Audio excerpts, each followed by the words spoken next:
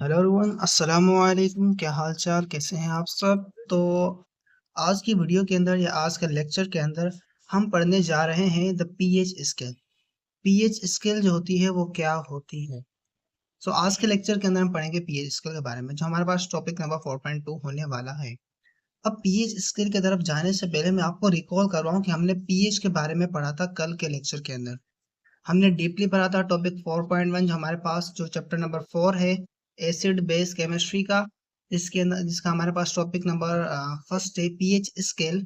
उसके बारे में हमने क्या पढ़ा था, डीपली पढ़ा था, समझा था। जो हमारे पास सोरेनसन था, डेनिश बायोकेमिस्ट, उसने हमें इसके बारे में बताया था 1909 के अंदर।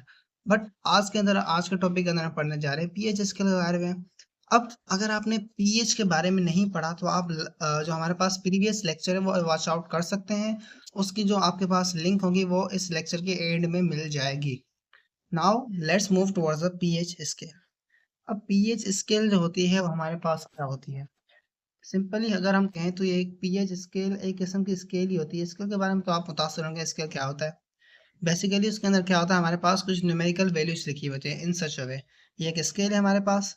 इसके अंदर हमारे पास 1 से लेके 14 तक वैल्यूज लिखी हुई होती हैं। यहाँ पे -1 और 0 को भी इंक्लूड किया गया है। हमारे पास ये मैं भी आपको बताऊंगा कि 0 और -1 भी क्यों इंक्लूड है। वैसे हमारे पास तकरीबन आपके लेवल तक हम 1 से लेके 14 तक पढ़ते हैं पीएच के बारे में। 0 और 1 को हम काउंट नहीं करते आपके लेवल के अंदर, मगर इस बुक के अंदर दे दिया हुआ है और मैं आपको बताऊंगा कि क्यों 0 और 1 नंबर भी हमारे पास पीएच स्केल के अंदर एग्जिस्ट करता है। अब let's move towards the concept of pH scale. अब मैंने आपको बताया था बेसिकली हमारे पास कोई सब्सटेंस हो, जैसे हमारे पास कोई एसिड है, हमारे पास कोई बेस है। हमारे पास क्या है, कोई एसिड है हमारे पास या कोई हमारे पास बेस है। अब इन दोनों में से स्ट्रॉन्ग एसिड कोई भी सब्सटेंस में, लेट्स सपोज एक्स और वाई कोई सब्सटेंस लेके आया आपके सामने, सही है। मैं क्या करता हूँ, एक्स और वाई एक सब्सटेंस लेके आता हूँ। अब मैं आपको कहता हूँ कि आप मुझे बताओ कि एक्स एसिड है या बेस है, वाई एसिड है या बेस है। सही है, मैंने आपसे ये पूछा। चलो आपने बता दिया कि हमारे पास एक्स जो है लेट सपोज एसिड है और वाई जो है वो हमारे पास बेस है। अब सवाल ये आता है कि हमारे पास एक्स जो है वो एसिड तो है, हमने अज्यूम कर लिया। हमने अज्यूम किया ना भाई, समझाने के लिए आपको मैं अज्यूम करवा रहा हूँ। और वाई जो है हमारे पास बेस है।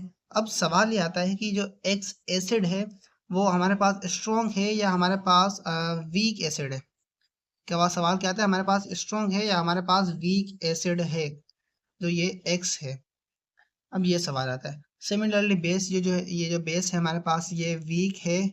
जो वाई हमारे पास बेस है वीक है या हमारे पास स्ट्रॉन्ग है, ये सवाल आता है। ये सारा हमने आपको पढ़ा है, मैं आपको थोड़ा सा रिकॉल दे रहा हूँ उसके अंदर। अब ये जो सारा हमें बताया था पीएच ने, पीएच कैसे कैलकुलेट होती है, लॉग लेते हैं हम, नेगेटिव लॉग। नेगेटिव क्यों लेते हैं, क्योंकि हमारे पास वैल्यू स्मॉल आती हैं। अब लॉग अगर नेगेटिव लिया जाता है तो वो जो स्मॉल वैल्यू होती है लॉग के अंदर, वो बड़ी वैल्यू हमें बड़ी वैल्यू की शक्ल में मिल जाती है, जिसकी वजह से हम नेगेटिव साइन यूज करते हैं। ये पीएच का बेसिकली ये लॉग का एक कॉन्सेप्ट था मैथ के अंदर। अब पीएच हमें क्या बताता है, हाइड्रोजन आयन की कंसंट्रेशन के बारे में बताता है। वो भी कौन सी कंसंट्रेशन, इफेक्टिव कंसंट्रेशन, जिसको आप एक्टिविटी भी कहते हैं। तो ये सारा हमने पिछली क्लास के अंदर पढ़ा है। अब हमने कैलकुलेट कर ली पीएच स्केल के अंदर, ये जो हमारे पास स्केल दी हुई है इसके अंदर हमने वैल्यू कैलकुलेट कर दी। अब हमें कैसे पता चलेगा कि एसिड है या बेस है, अब वो भी बात हम कर लेते हैं भाई। देखें, हमारे पास पीएच स्केल को इस तरीके से डिजाइन किया गया है कि जीरो से लेके जीरो जीरो को मैं काउंट करूँ, -1 को फिलहाल आप छोड़ दें। जीरो से लेके हमारे पास जो जीरो है वहां से लेके जो हमारे पास 6 तक है, सही है, 7 से थोड़ा पहले, 6 तक लें और 7 से थोड़ा पहले ले लें। मतलब 7 को हम काउंट नहीं कर रहे। बाकी 0 से लेके और 7 के बीच में, 0 और 0 से लेके 7 के बीच में जितने भी हमारे पास नंबर्स आ रहे हैं वो सारे इंक्लूड कर रहे हैं विदाउट 7। सही है। तो ये जो हमारे पास नंबर होंगे रेंजेस फ्रॉम 0 to 7।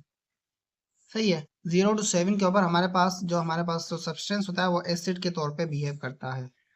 और 7 से अबू हमारे पास 8 से लेके हमारे पास जो 14 तक है वो सब्सटेंस जो होता है हमारे पास बेस के तौर पे ट्रीट होता है। और 8 7 मैंने 7 को इंक्लूड नहीं किया। यहाँ पे ऐसे भी लिख सकते हैं कि हमारे पास जो 7 है वो एज अ इंक्लूड नहीं है एसिड के अंदर। 7 जो है 0 से लेकर 6 तक एसिड, और जो हमारे पास 7 बचता है, ये जो 7 है ये एज अ न्यूट्रल ट्रीट किया जाता है। क्या ट्रीट किया जाता है? एज अ न्यूट्रल ट्रीट किया जाता है। न्यूट्रल।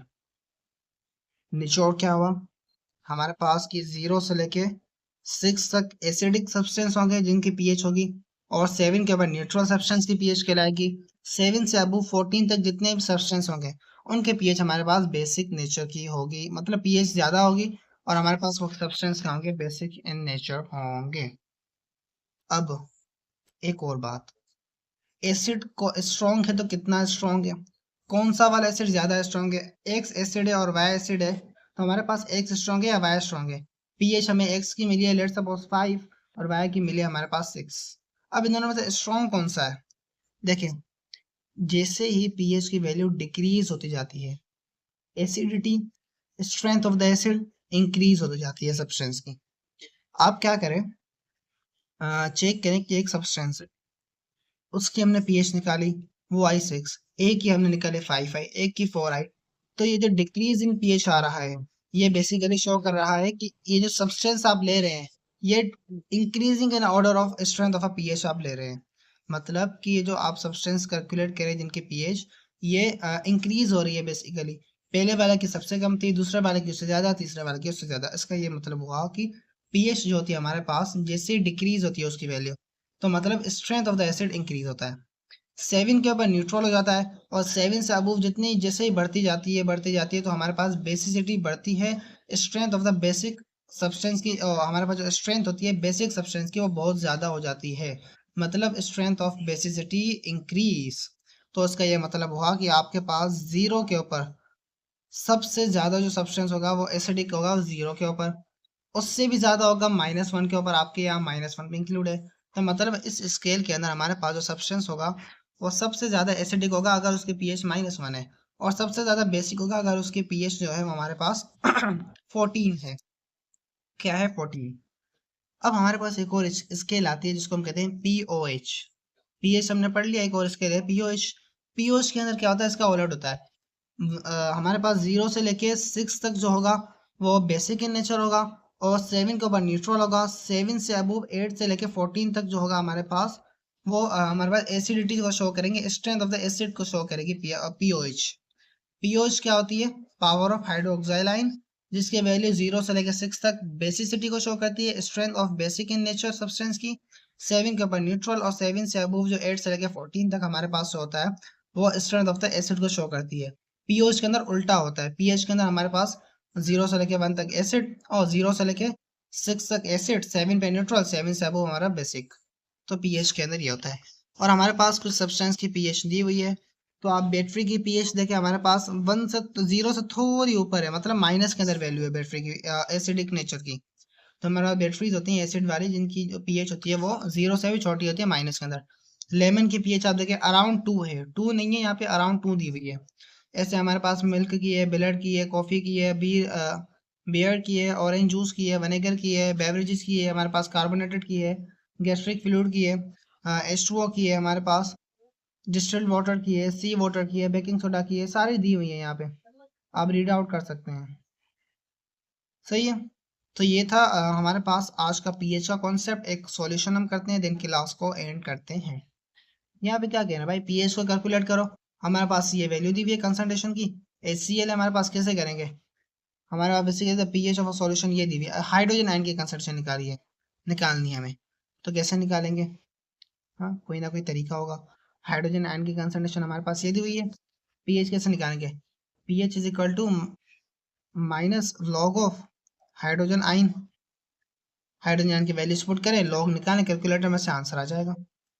अब हमारे पास मॉइस्ट सॉइल है, है हमारे पास, उसकी पीएच हमारे पास 7.84 दी हुई है। सही। हाइड्रोजन आयन की कंसंट्रेशन बताओ। अब पीएच का फॉर्मूला हमारे पास pH is equal to minus log of log Lg का मतलब लॉग ऑफ बेस 10, LOG का मतलब लॉग है, और उसके साथ आप यहाँ पर अगर बेस 10 ले लें, LOG के साथ इधर 10 लिख लें तो आप उसको LG भी लिख सकते हैं। ये शॉर्ट फॉर्म है बेसिकली। सही। अब LG, हमारे पास हाइड्रोजन आयन की कंसंट्रेशन यहाँ पे मालूम करनी है, पीएच दी हुई है। तो कैसे इसका हमारे पास एक शॉर्टकट का फॉर्मूला होता है, जिसके अंदर हम क्या करते हैं, हाइड्रोजन आयन की कंसंट्रेशन बराबर होगी माइनस 10 की पावर प्लस यहाँ पे 10 के पावर माइनस के अंदर पीएच। फिर से सुने, हाइड्रोजन आयन की कंसंट्रेशन बराबर होती है माइनस की प्लस की साइन होगी यहाँ पे, सही है, और 10 की पावर के अंदर हम आपके पास माइनस की साइन होगी, वो भी पीएच होगी 10 के पावर के अंदर, in this way 10 power minus pH. This is the formula of calculation the concentration of hydrogen ion. इसी से ड्राइव हुआ यार, ये जनरल फॉर्मूला मैं आपको ये बता भी देता हूँ। आई कैन टेल यू, देखें, x इज इक्वल टू, ये जनरल है, मैथ वाले इजीली समझ जाएंगे मैं क्या कहना चाहता हूँ, log of base 10 log of y to the base 10। इसको ऐसे रीड करते हैं, ये देखें। अब मैंने क्या किया, इसको वैल्यूज दे देते हैं बेसिकली। एक इसको मैं x दे देता हूँ इज इक्वल टू, पे वैल्यूज को बाद में देंगे, इसको समझाऊँ पहले मैं आपको। log दूँ मैं यहाँ पे, बेस 10 दूँ उसकी, और आपके पास यहाँ पे जो वैल्यू होगी वो y होगी। अब इसको कैसे रीड करेंगे, इसको हम रीड करेंगे x is equal to log of y का log टू दी बेस 10। मतलब हम यहाँ पे क्या कर रहे हैं, ये बहुत अच्छा कॉन्सेप्ट है, आप इसको पढ़ लें। जब तक इसको आप समझेंगे नहीं तो आपको पीएच का कॉन्सेप्ट सही समझ में नहीं आएगा कि कैलकुलेट कैसे करना है, तो आप सही अच्छे तरीके से समझें। देखें, मैं कह रहा हूँ कि log of y to the base 10, इसका ये मतलब हुआ कि आप y का log ले रहे हैं और बेस 10 ले रहे हैं, और आपके पास जो आंसर आ रहा है वो x आ रहा है। इसका ये मतलब हुआ कि आप 10 की क्या पावर ले, 10 के ऊपर ऐसी कौन सी x की पावर ले, x कोई भी वैल्यू सकती है, 0 1 2 3 4 5, अगर 10 के ऊपर x की ऐसी क्या पावर लें कि आपके पास y आ जाए। समझे, मतलब ये जो हमारे पास बेस 10 है उसके ऊपर हम x पावर लेंगे तो हमारे पास y आ जाएगा। समझे। अब हमारे पास एक सवाल आ जाए, लेट्स सपोज आपके पास log बेस 10 और यहाँ पे 100 आ गया।